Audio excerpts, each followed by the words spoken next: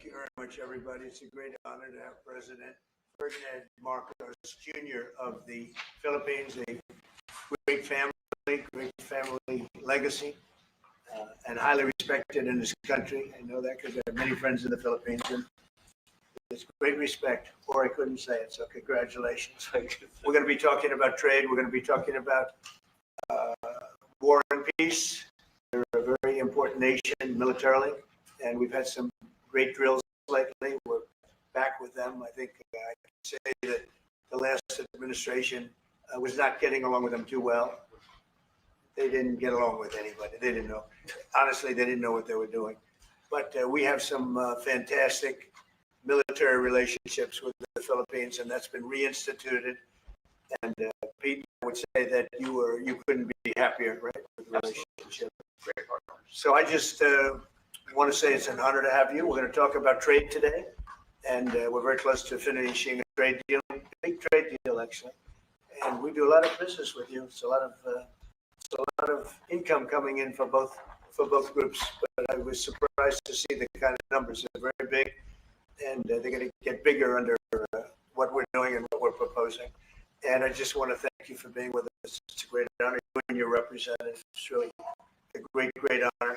We have a big announcement. AstraZeneca, the big drug company, is going to spend $50 billion, just announced $50 billion in the United States in order to build various places all over the country, big manufacturing plants, pharmaceutical plants all over the country.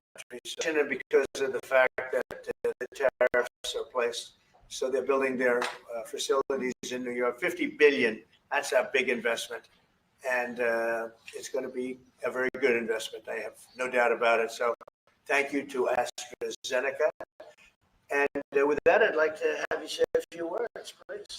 Thank you very much, Mr. President. Of course, we're all very happy to be here to once again reaffirm the very strong ties between the Philippines and the United States, ties that go back over 100 years. And considering the context in which we live these days, especially in my part of the world, this has evolved into as important a relationship as is possible to have. We must remember that the United States is our only only treaty partner in the Philippines, and that has stood us in good stead over the years through. Certainly through the Second World War, and the cultural memory of all Filipinos, down to even the school children, is that our strongest, closest, most reliable ally has always been the United States, and that we will continue to foster as we go on. With the leadership of President Trump, I am very confident that we will be able to achieve that. I think it is worthwhile to remember that it was President Trump who, in his first term, characterized the relationship between the Philippines and the United States as ironclad, and that has been necessarily the case since that time that you made that statement, sir. And it is something that the Philippines will always hold close to its heart. Thank you once again, and we are honored, and it is our great pleasure to be here and visit with the President of the United States. Thank you, sir. It's my great honor. Any questions? Mr. President, Yeah, please go ahead. Mr. President, do you think that Chair Jerome Powell should resign? I think he's done a bad job, but he's going to be out pretty soon anyway. In eight months, he'll be out. But I call him too late. He's too late all the time. He should have lowered interest rates many times. Europe loaded their rate 10 times. We load ours none. And it's causing a problem for people that want to buy a home. Look, our economy is so strong now, we're blowing through everything. We're setting records. You know that. You see that. And whether it's the Philippines or anyone else, we're setting records at levels that nobody's ever seen before. But you know what? People aren't able to buy a house because this guy is a numbskull. He keeps the rates too high, and probably doing it for political reasons. The only time I remember him cutting rates, he cut the rates just before the election to try and help Kamala or whoever he was trying to help. He probably didn't know. And he's building a building. He's $2.7 billion. They have a $900 million overrun. What is that? And that was given by Biden. That was another Biden deal. And this guy's building this building that's severely overrun.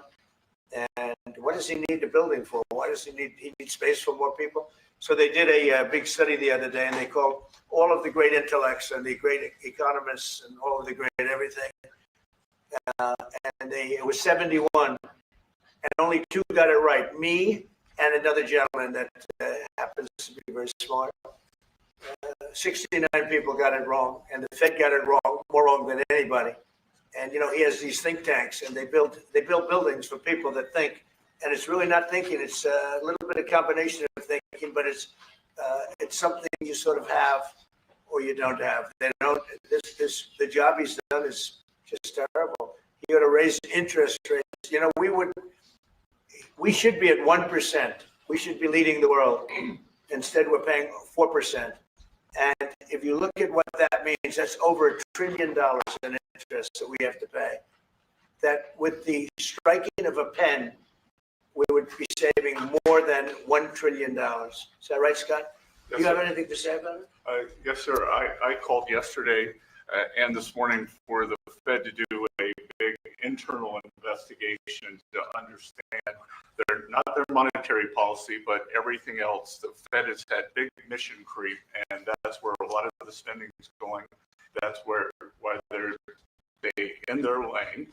And I think that based on the way they cut rates last fall, they should be cutting rates now. It's inconceivable. I know the Fed very well, that they can be spending $2.7 billion to build a building. They don't do anything. It's the greatest job. You show up one day, a half a day, you make a little speech, the economy is doing well, the economy is not doing well, we're going to raise interest.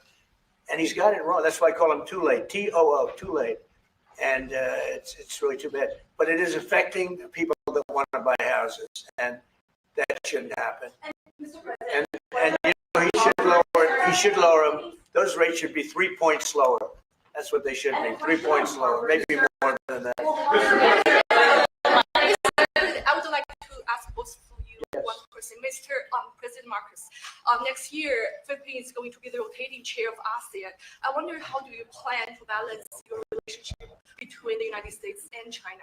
And for President Trump, Kremlin yesterday said if you are going to Beijing in September, it wouldn't rule out a meeting between you and President Putin. Is such a meeting possible? And how soon do you plan to visit China? Well, we have a lot of meetings possible. President Xi has invited me to China, and we'll probably be doing that in the not too distant future, a little bit out, but not too distant.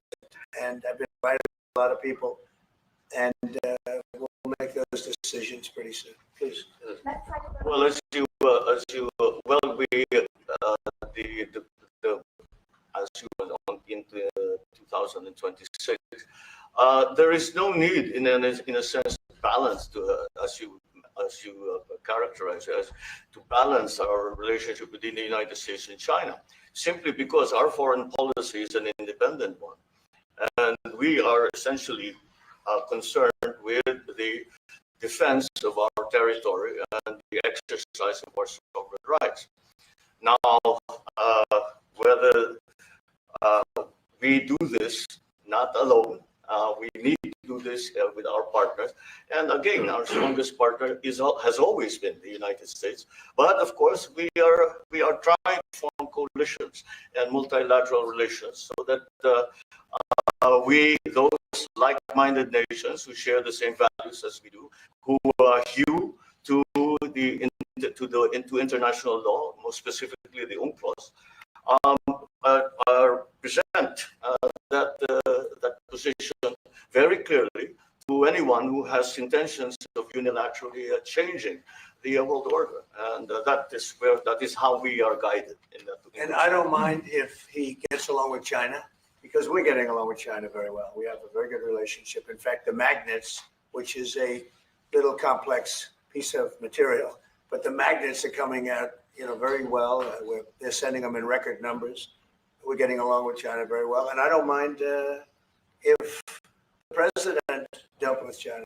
That's meant because I think he has to do what's right for his country. I've always said, make the Philippines great again. Do whatever you need to do, but you're dealing with China wouldn't bother me at all. Well, now if it's something that we have to do in any case, yeah, that's certainly. Mr. President, do you support the Justice Department seeking? I don't know anything about it. They're going to what? Meet her? Your Deputy Attorney General is reached out to Ghislaine Maxwell's attorney asking for a new interview. Yeah, I don't know about She it, is but there. I think it's something that sounds appropriate to do. Do you have any concern that your Deputy Attorney General, who's your former attorney, would be conducting the interview, given your relationship, your past relationship? He's a very talented person. He's very smart. I didn't know that they were going to do it. I don't really follow that too much. It's sort of a witch hunt, just a continuation of the witch hunt. The witch hunt that you should be talking about is they caught President Obama absolutely cold, Tulsi Gabbard. What they did to this country in 2016, starting in 2016, but going up to 2020 in the election, they tried to rig the election and they got caught. And there should be very severe consequences for that. When we caught Hillary Clinton, I said, you know what? Let's not go too far here. It's the ex-wife of a president, and I thought it was sort of terrible. I let her off the hook, and I'm very happy I did. But it's time to start after what they did to me, and whether it's right or wrong, it's time to go after people. Obama's been caught directly. So people say, oh, a group. It's not a group. It's Obama. His orders are on the paper. The papers are signed. The papers came right out of their office. They sent everything to be highly classified. Well, the highly classified's been released. And what they did in 2016 and in 2020 is very criminal. It's criminal at the highest level. So that's really the things you should be talking about. I know nothing about the other, but I think it's appropriate that they do go. May I ask you about that, Mr. President? Tulsi Gabbard has submitted a criminal referral to the Department of Justice. From your perspective, who should the DOJ target as part of their investigation? What specific? On what I read, and I read pretty much what you read, it would be President Obama. He started it. And Biden was there with him, and Comey was there, and Clapper, the whole group was there. Brennan, they were all there in a room, right here. This was the room. This is much more beautiful than it was then, but that's okay. I have nice pictures up that came out of the vaults. They were there for 100 years. This is much more beautiful. We have the Declaration of Independence now in the room, which wasn't here. I guess people didn't feel too good about putting it here, but I do. But you know what? If you look at those papers, they have them stone cold, and it was President Obama. It wasn't lots of people all over the place. It was them too. But the leader of the gang was President Obama. Barack Hussein Obama. Have you heard of him? And except for the fact that he gets shielded by the press for his entire life, that's the one they look. He's guilty. It's not a question. I like to say, let's give it time. It's there. He's guilty. This was treason. This was every word you can think of. They tried to steal the election. They tried to obfuscate the election. They did things that nobody's ever even imagined, even in other countries.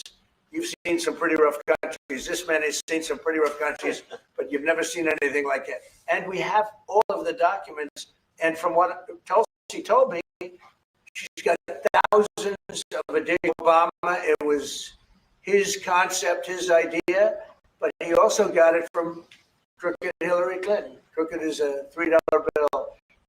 Hillary Clinton and her group, the Democrats, spent $12 million to Christopher Steele to write up a report that was a total fake report. It took 2 years to figure that out, but it came out that it was a total fake report. It was made up fiction.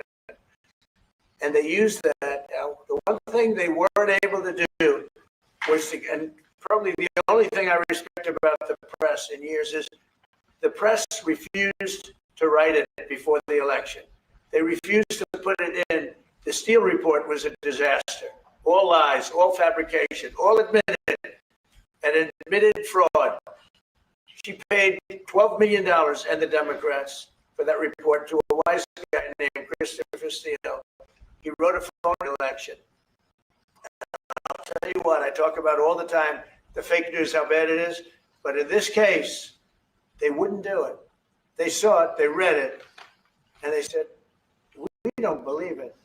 And it was only after, substantially, like a month and a half after the election, that it got printed, and it was a big wisp. It was just like a bang of nothing, because the election had ended. If that report had gotten published by the New York Times or somebody, and I respect the Times for maybe only this, because they're crooked as you can be. They're a terrible paper, a crooked, corrupt paper.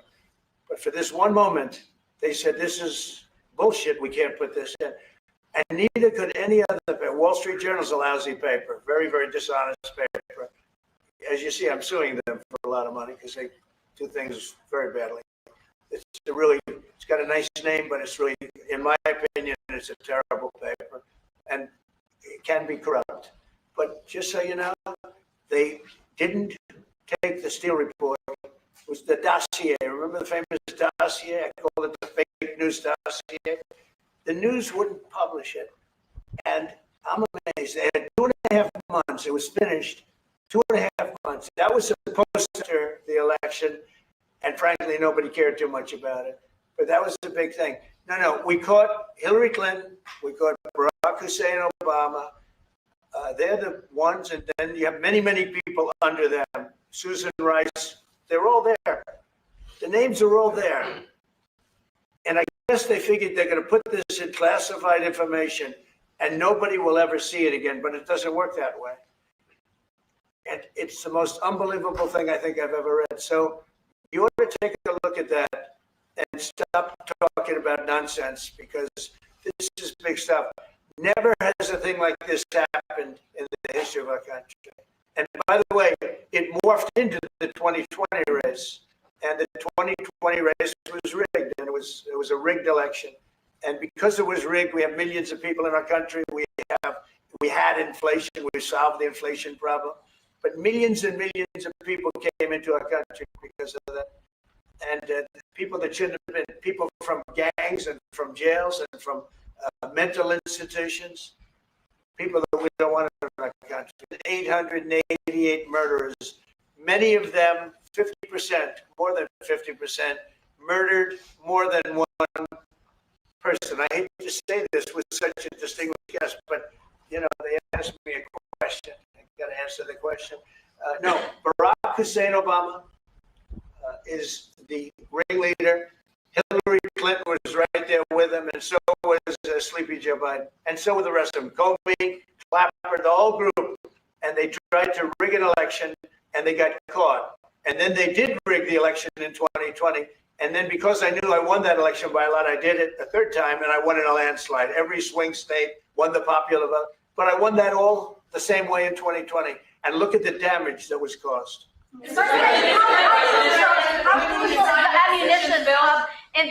How crucial is the ammunition hub that the U.S. plans to build in Subic and the Luzon corridor, considering that these will be built in areas that hosts strategic ports as well as military air bases? You're talking ammunition? Yes, the U.S. House Congressional Committee on Appropriations approved a budget. What's very important.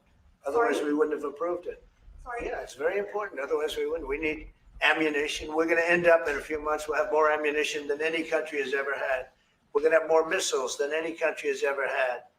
We're going to have all the speedy missiles. We'll have the speedy ones, the slow ones, the accurate ones, the ones that are slightly less accurate. We have everything. But we will have more ammunition than any country has ever had. It's very important to me. And how Go ahead, please, Red. Sir, when you say that you're close to making a trade deal, what gaps remain? And for President Marcos, sir, I was just wondering, do you not think that perhaps the Philippines hosting U.S.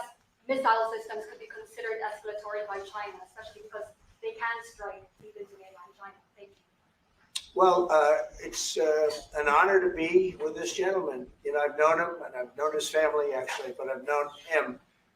And I assume you're from the Philippines? Are you from the Philippines? Yes, sir. It's good. You're very lucky to be from the Philippines. It's a great place. But we're going to have a very good relationship. I mean, I know you had some problems with another president, and it was not your fault. It was the president's fault. And the country was maybe tilting toward China, but we untilted it very, very quickly. But you had a country that was tilting toward China for a period of time. And I just don't think that would have been good for you. You can deal with China. You should deal with China. But when I got elected, everything changed and they came right back to us. President Trump. My question to President Marcos, sorry. Say it again. Yeah, Brian, go ahead. Oh, Mr. President, I just wanted to piggyback off. Sorry, I have a question to President Marcos. I'll let you. Yes, I'm sorry, what was the question again? It was about whether having U.S. missiles hosted in the Philippines could be considered escalatory by China. All of the, what we consider part of the modernization of the Philippine military is really as a response to the circumstances that surround the situation around the South China Sea and now what we used to refer to as Asia Pacific, which we have expanded now to the Indo-Pacific. And if we would certainly, like in any kind of military spending, we would wish that it wasn't necessary, but it is. And so that is what we are doing. And as an adjunct to the question about the ammunition production, this is actually the United States is assisting the Philippines in what we call our self-reliance defense program, which is to allow us to be self-reliant and to be able to stand our own 2 feet, whatever the circumstances that occur in the future. And that the reason that we have encouraged more interaction with the United States is because it is necessary. And it is not just with the United States. It is with all our neighboring countries and even countries as far afield as the Scandinavian countries, the EU. And so this is an ongoing process. And again, I will stress the point that we do this because we feel it is necessary. Don't forget, just as tantamount to what you're asking, the Philippines were loaded up with ISIS and a lot of terrorists, and they were at a very, very dangerous point. And during my administration, we went in and we wiped them out, working with the Philippines, but we wiped them out. But if we didn't go in, I don't know what would have happened. I don't know who would be your president right now. But we spent a lot of time and a lot of talent on going into the Philippines and wiping out terrorists. They had a tremendous problem during my administration, and we cleaned it up. We got them out, and now you really have a good, solid country again. I believe so. Yes. How can you Mr. President, I want to follow up on the housing question. Yeah. You got no tax on tips, no tax on overtime, no tax on Social Security. How important is it we have no tax on home sales, capital gains, to unleash the housing market? Well, we're thinking about that, but would also unleash it just by lowering the interest rates.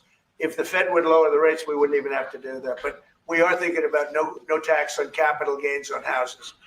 And very impressed that you asked that question because nobody knew that. Well, how did you find that out? That's right. I wonder why there's somebody very close. There's a leaker. There's a leaker. I've also got a question. I find it a very interesting world that we know more about two people at a Coldplay concert just hours after that viral video than we know of Thomas Crooks 1 year after attempting to assassinate you. What is holding back the investigation on Thomas Crooks? Well, they've reported to me and they've told me things, and they really say they haven't found anything that was abnormal. I would say this: the Secret Service was very brave because they were right there and they jumped on me. They made a mistake. They should have had somebody on that roof, and they should have had communication with the local police who also, I mean, they did a very good job, but they made some mistakes, and we have a whole different group of people now. I don't think anything can happen, but I think we have the best people anywhere in the world right now. And I think they've learned. And, they went into him very, in great detail. They gave me the whole thing. And what can I do? They say that it was just a nut job that was looking to do this. And I spoke with the FBI, the new FBI. I spoke to the FBI, who was the old FBI. I wouldn't have believed a thing they said because the old FBI under Comey was crooked as hell. He was one of the most crooked. Everybody should read the Horowitz report. Unfortunately, Bill Barr didn't use it. But the Horowitz report, not appointed by me, it was a report on Comey and the FBI. It is one of the worst shots at a human being I think I've ever seen. In fact, the New York Times did an editorial that was one of the worst editorials I've ever seen about anybody. That was about Comey. You had to go back and get, and Barr didn't use it because he didn't have the guts to use it or something happened. I don't know. Too bad. He went to Mr. Durham. Instead of doing the Durham, all they had to use is the Horowitz report.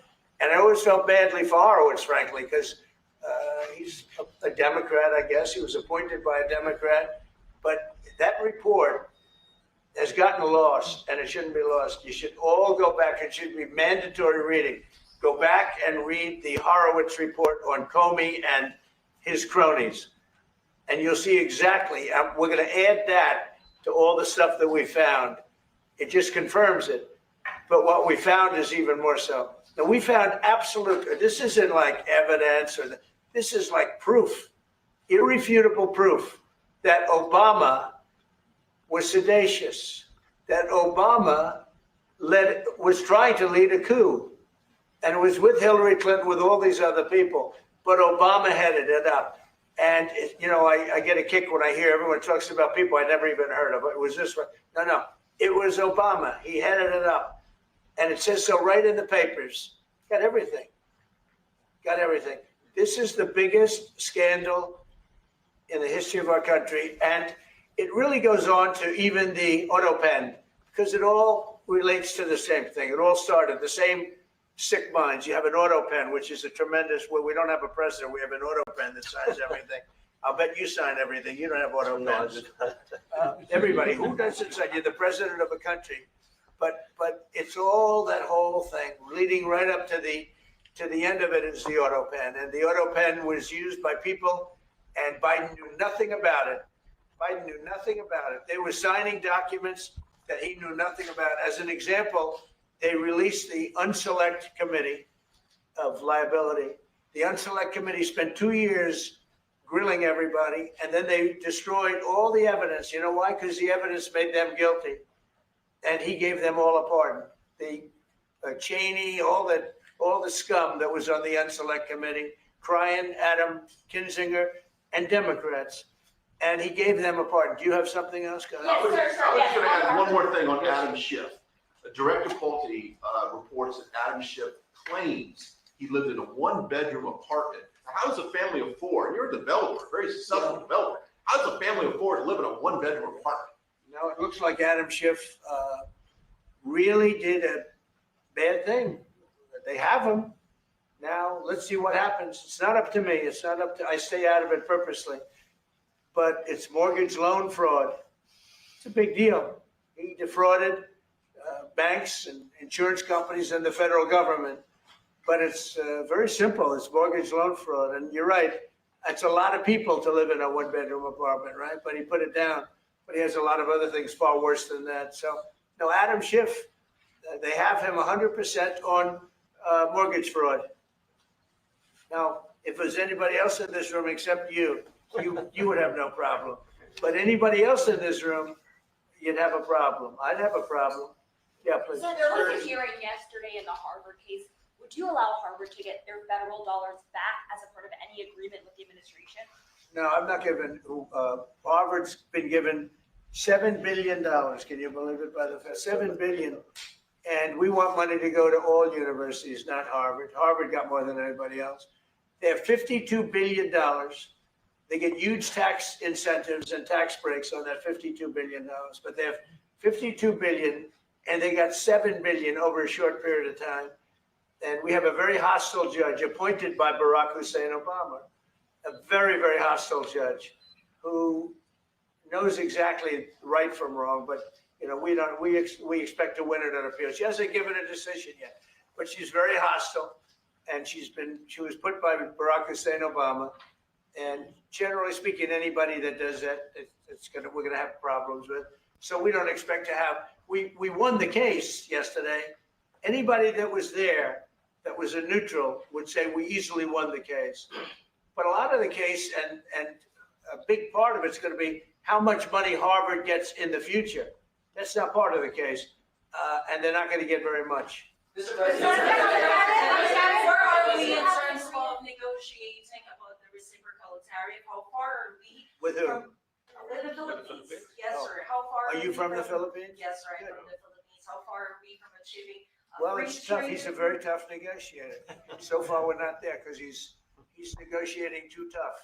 In fact, I used to like him better than I do now. He's too tough. But we'll probably agree to something. But he's strong, a strong negotiator. He loves your country.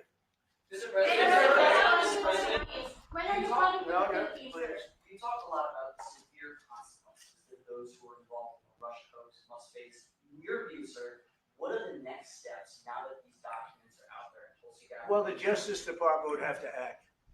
And we have a very competent, very good, very loyal to our country person in Pam Bondi, very respected. And it's going to be her decision. Just a follow-up to that, sir.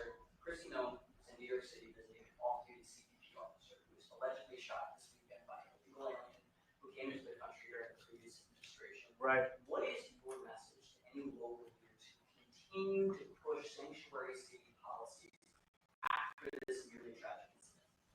So the only thing I don't understand, because you like to understand things and we're all smart people and all, but why would they allow 21 million people into our country, unvetted, unchecked? You don't allow it. You wouldn't allow people then. He's tough. No, the country's run properly. Biden and his group of thugs, and I don't think it was Biden, I think it was the people that surrounded that beautiful Resolute desk right behind you. They allowed 21 million people, probably much more than that, and many of them came from jails and gangs and drug dealers and mental institutions, insane asylums. Many of them are very sick. 21 million, probably 25 million, probably even more than that. And we're getting them out. Many were murderers, as I said. They killed people. Many killed more than one person. Stone cold murders. I don't understand why they would have allowed that. There's only two reasons: the vote. Is there one voters? It's one reason. I don't think they would have done it for that because they cheat. You know, they're so good at cheating, they don't need that. But the vote, and the second reason is they hate our country. I think they hate our country. I actually do. And it's the biggest problem. I mean, much of our time is spent with, you know, we have the strongest border anywhere in the world now. Maybe even stronger than your border, if you can believe it. We have no people came in last month, zero, which is pretty amazing. I'm not even sure I can believe that. But liberals are the ones that do that calculation. So, but we had no people come in. A year ago, we had hundreds of thousands of people come in. Hundreds of thousands of people. And they flowed in. And if it wasn't for the election, it would have been millions of people came in last year. So millions of people prior to election time, they allowed millions and millions of people to come into our, I mean, you saw it. It opened the gates. If you took an Alabama LSU football game that holds 128,000 people, I was there, 128,000 people. And I like them and they liked me. But if you took that and doubled it, that's what used to flow into our country on a daily basis.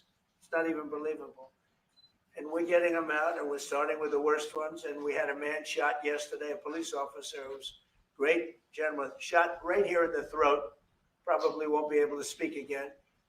But he was brave, and he shot the other guy, and they ended up getting him. And you saw the scene where his friend took him to a hospital and dumped him down on the sidewalk. The whole thing was crazy. But why would anybody do to our country what these Democrats have done? And honestly, we can never forget it. We can never forget it. What they have done, the damage that they've done to America is very, very sad. Thank you very much, everybody.